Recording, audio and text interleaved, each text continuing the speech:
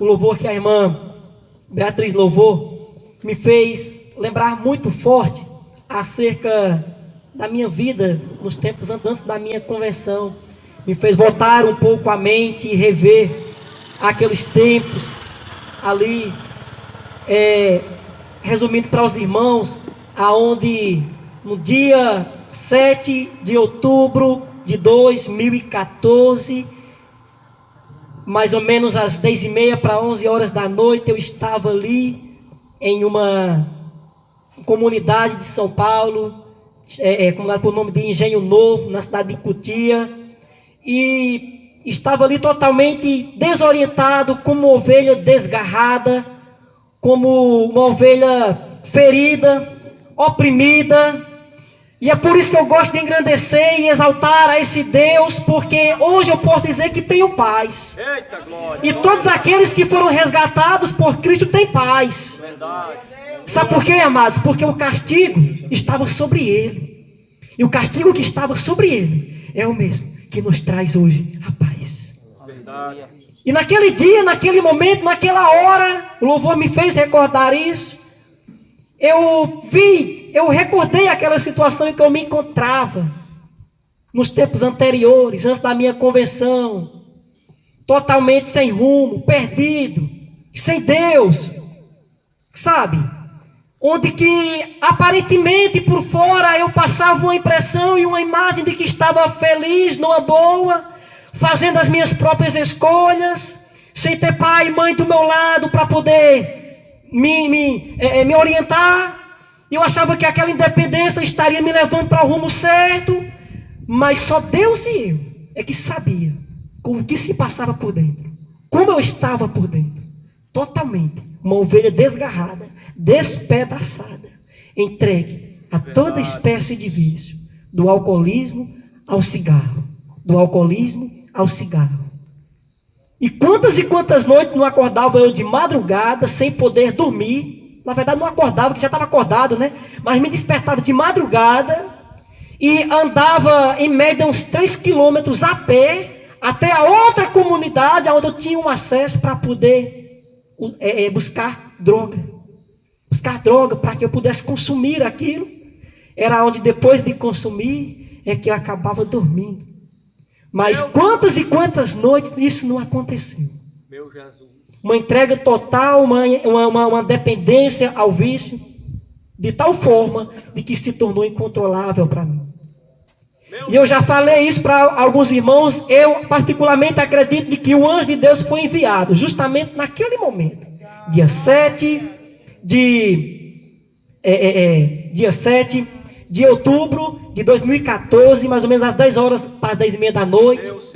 Eu vim ali descendo da comunidade com a droga no bolso, porque eu era viciado mesmo, e com aparelho de ouvido ligado, escutando músicas no celular, e de repente ao terminar aquela faixa de música, pula para outra automaticamente, esperando eu tocar novamente um rap ou funk, sabe, um negócio forte ali, um batidão mesmo. Mas eu fico surpreso com o que toca na sequência, porque não é nada relacionado a coisa desse mundo, mas algo que vem diretamente de Deus. O que eu passo a escutar ali é um louvor. Um louvor. O louvor da irmã Shirley Cavalhais, muitos aqui sabem, e eu gosto muito quando eu ouço esse louvor. E eu comecei a ouvir, eu não gostava muito, mas estava ali, né? Estava tocando, estava indo. Só que quando chega no refrão do louvor, aí o negócio começa a ficar mais forte, irmão Carlos. Aleluia. Começa a ficar mais forte, começa a me tocar profundamente. E eu começo a recordar de muitas coisas do meu passado, quando eu era apenas uma criança, apenas um juvenil, ali com meus pais. Algumas vezes ia para a igreja, ouvia a palavra. Também nunca tive aquele interesse de me dedicar, de me voltar mesmo para o que eu via, mas sempre ouvia. E eu comecei a recordar daqueles tempos. E quando eu fiz uma comparação de como era eu, né, na minha infância,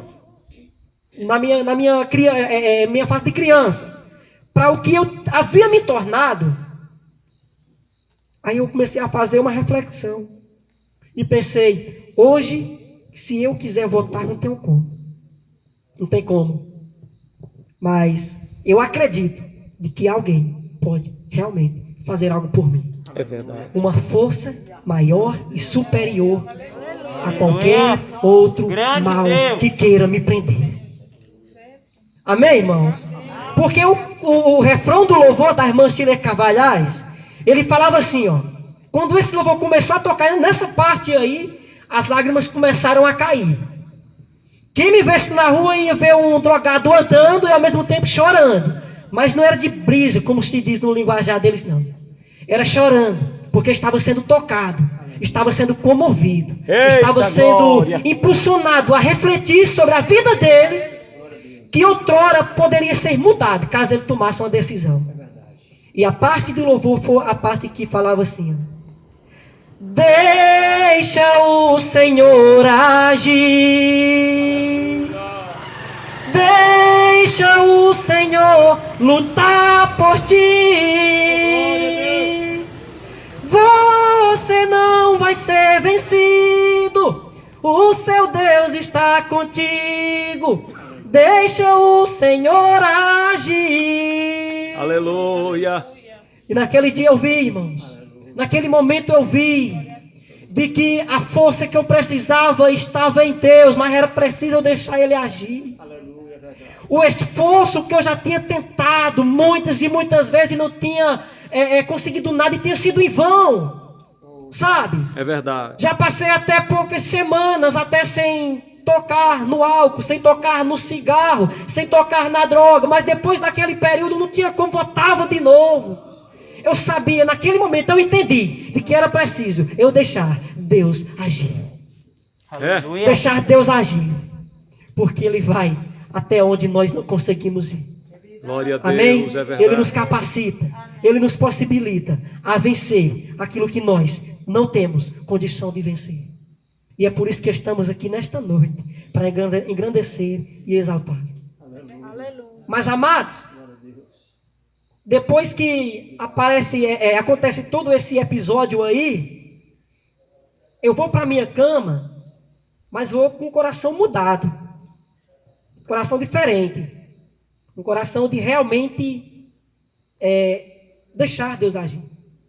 E quando é no outro dia, após amanhecer pela manhã cedo, o meu pai, que trabalhava comigo ali na mesma empresa, na mesma firma, era em construção, ele me dá uma bela bronca, né, porque havia visto ali o seu filho fazer coisas indevidas. E eu, que antes retrucava com ele, falava, você não manda em mim, tudo, minha vida sou eu.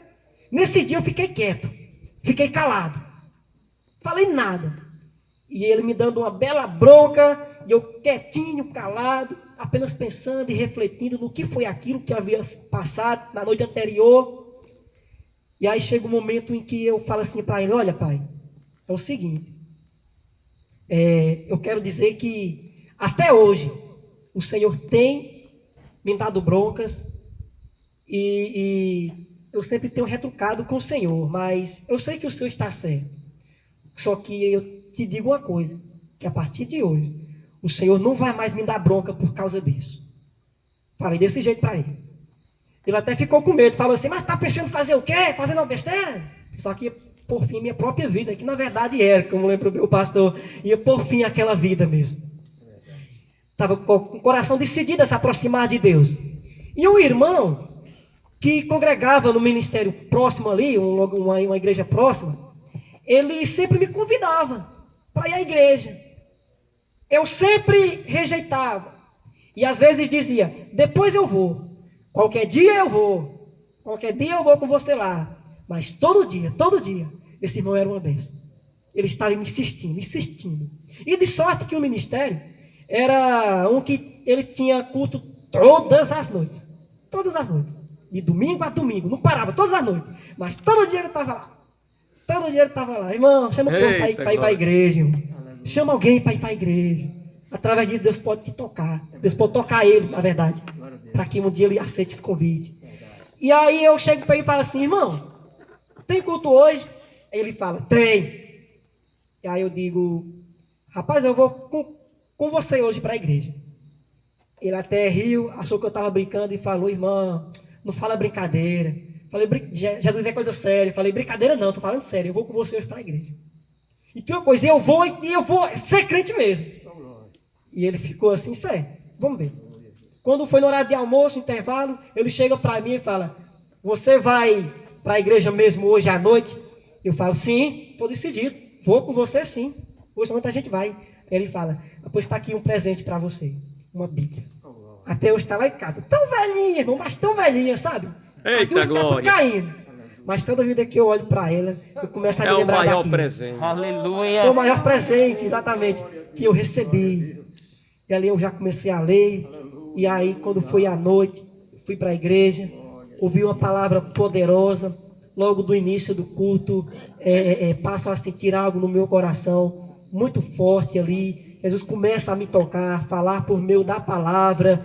Eu começo a começar e a terminar o culto em lágrimas. No momento do apelo, levanto a minha mão, entrego a minha vida para Cristo. Oh, glória. E hoje já são quase 6 anos que estamos aí. 6 anos que estamos aí. 3 meses de estudo batismal, se preparando para o batismo. 3 meses após ver o batismo. 1 ano após a minha conversão, depois de um bom período de busca incessante, de busca no monte, oração, jejum.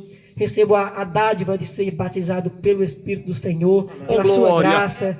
E no próximo ano conseguinte, nós temos aí o casamento, juntamente com a irmã Neném. Bênção que Deus tem colocado na minha vida. E estamos marchando, irmão, pela fé. Amém? Pela graça do Senhor, estamos aqui de pé. Porque o Senhor é bom. Para louvar e exaltar a Ele, nós estamos aqui. Para engrandecer, porque Ele é maravilhoso. E grandes são as coisas que Ele já tem feito por nós. O pastor lembrava bem da obra redentora de Cristo, que Ele já tem feito por mim e por você. Basta nós nos aproximarmos daquele propósito que Deus tem colocado diante da humanidade, diante de todos nós. Deus tem colocado um propósito, que é salvar, um plano especial. E aí cabe a nós reagir de forma a se aproximar desse plano ou se distanciar dele. Na melhor das escolhas, que possa haver uma aproximação. Porque assim como Deus é bom, tudo que Ele faz por nós também é bom.